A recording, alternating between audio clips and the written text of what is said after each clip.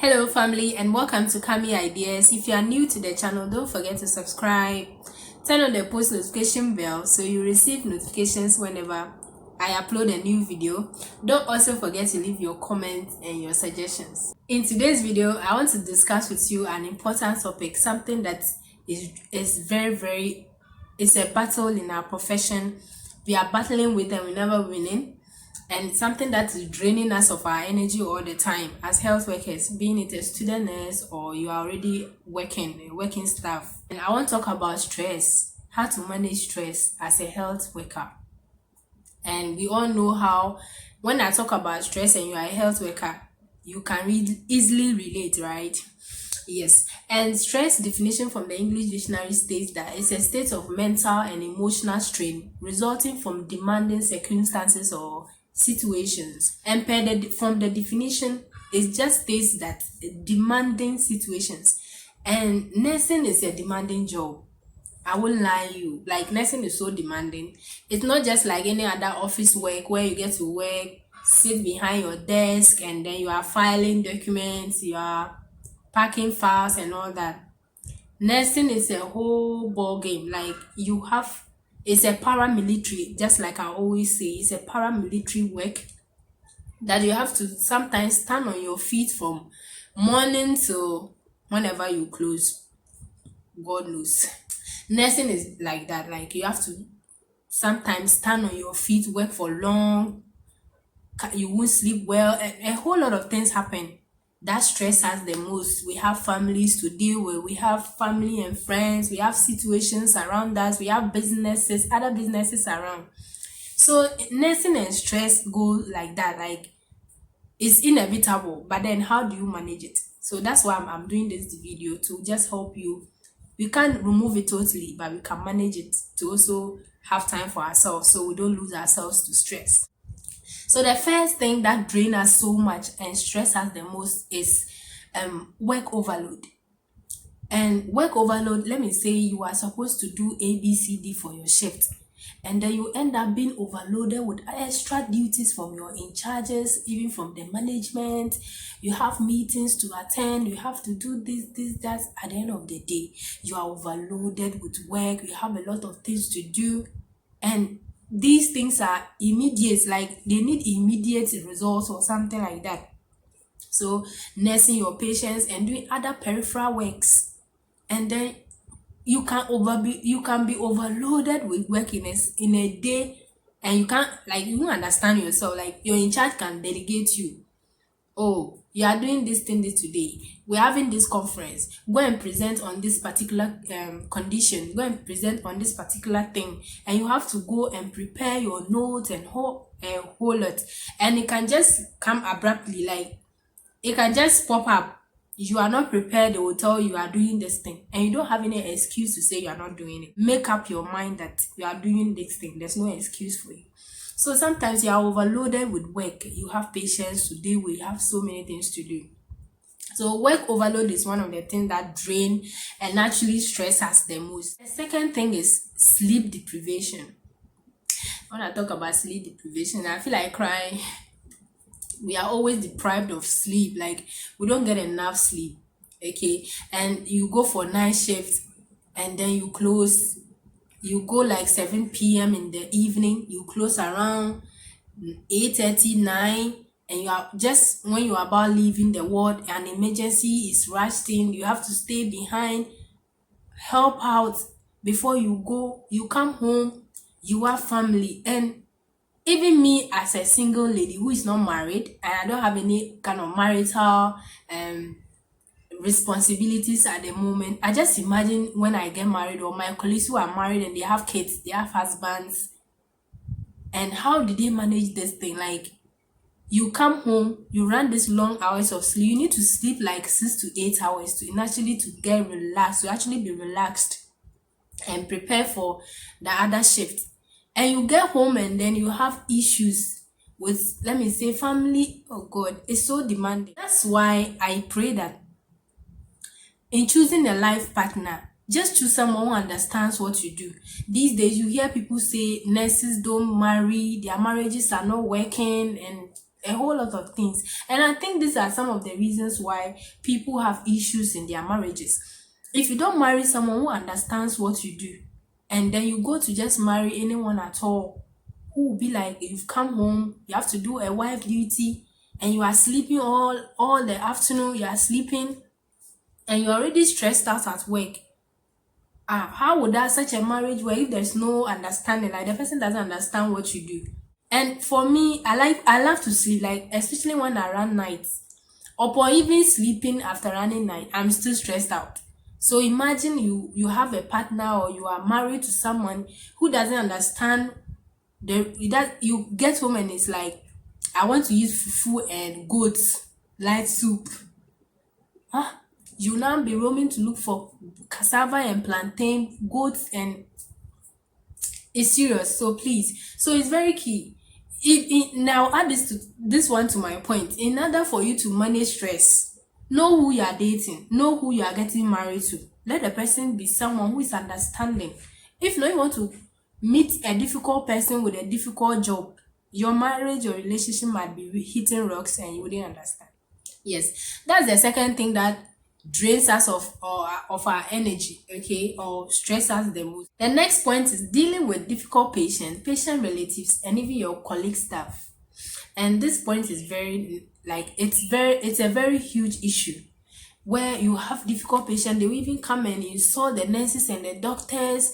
Why am I here? And then you are not attending to me first. This person came to meet me, and we have our priorities. They don't understand why. Even upon explanation, they will tell you it's not supposed to be this way. This person came to meet me. I must be attended to. That's just an example of some of the issues we face. There was an instance where a lady who was having difficulty in, like, the labor was delayed labor, and she had to be rushed to for an emergency CS to be carried out. The husband came and was like, my wife cannot do CS, even though he has the right to say, I don't want my wife to have a CS. But the lady was bleeding, and this needed an urgent case, like an urgent attention. The husband was not understanding, and when he finally understood for the woman to be sent to theater, he requested to join, like to enter the theater and stand for the child, like for the woman to be delivered. So the way he was very aggressive, and I was like, no, emotionally this man wasn't stable to be in theater. Imagine him watching the wife being dissected and cut. He has the right to be there, all right, but before we know, the doctor was like, if he had the courage to stand, no problem, but they should lead him to do hand scrub, change to the gown and all that. He said no, he would not change, he wouldn't wash his hands, and we can't tell him what to do. It was a very challenging moment, and these are some of the things we meet, because a sterile procedure or an aseptic procedure in theater, you have to be in gown. You enter with your outdoor, like your whatever attire you brought from home, or in the name of, I have the right to be in the surgery room. And they asked him, they had to force this man out, and there was a whole lot of issues. He was going to sue the hospital and a whole lot. And these are some of the things we even face. These are just some of them. Some of them, visiting hours is this time. They wait and be bringing food to their patients around 12 in the midnight. Some stuff can be so difficult. Okay, you are supposed to do this thing. You just refuse not to come to work at this time. They wouldn't come. Like, leave all the work on your head. And you know, one thing is that you are a health worker. You are trained to take care of lives. So at the end of the day, whatsoever you refuse to do, if anybody should die as a result of your own negligence, you will never go scot-free. God in heaven will judge you. Your instinct will not let you. The last but not the least is excessive working hours. You work for so many hours, and then let me say you go to work at 7:30 in the morning. You are supposed to close like 2 o'clock, and then you are about leaving, and then an emergency it comes in. You can't just pick your bag and leave. You have to stay behind and maybe help the incoming staff for some time before you leave. sometimes, let me say for night shift, you work for 12 hours shift. You would be surprised that throughout the 12 hours, you would never sit down. You won't sit on your feet, depending on the kind of cases you are having. You might not even sit down, and you are stressed out. And some people will end up taking in other stuff just to release stress, which is not good. You can't be drinking and smoking. You'll be stressed the more. So now that you know some of the elements that contribute to our stress, let's talk about how to manage this stress in relation to your profession, our profession. As a health worker, have time to relax. Have time, fun time.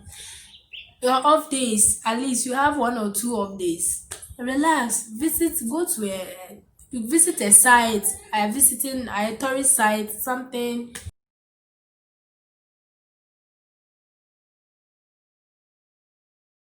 Relax, like just go sightseeing, go out, release stress. Do you understand? Another thing you can do is you can dance off your stress.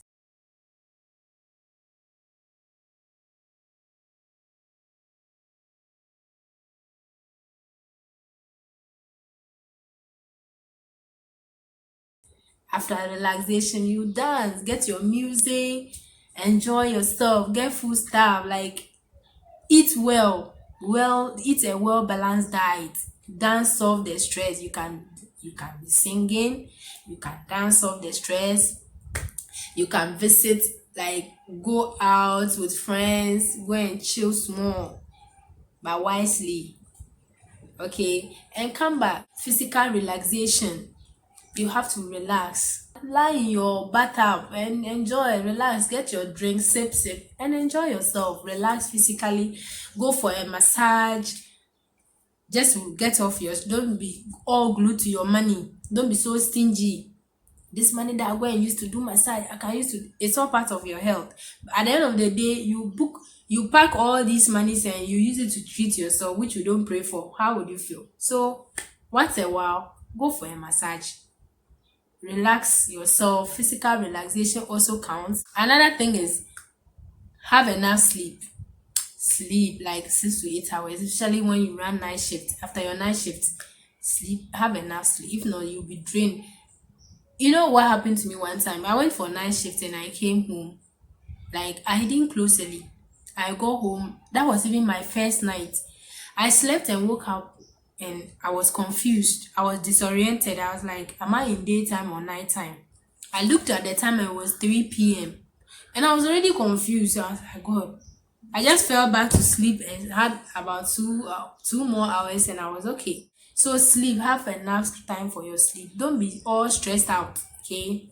Delegate some things you have to do. Schedule time you have to have with your family, and they might end up stressing you the more, okay? Get time, relax, have time for them, but when you are supposed to relax, you're supposed to relax. Some issues, let them slip. Like, let some issues pass. You can't solve everything. You cannot just solve every situation at once. Let me put it that way. What you can't handle, leave it for God. Don't kill yourself trying to solve things that you cannot solve, okay? The last thing I want to do is just meditate. Just find a quiet place, sit down, just ponder over things, meditate positively, like just meditate, and then it will help you to overcome stress. It will help you to manage stress. Dog, I'm already stressed out in the video. I pray you are blessed by this. Stay blessed and looking forward to seeing you in subsequent videos. A lady was to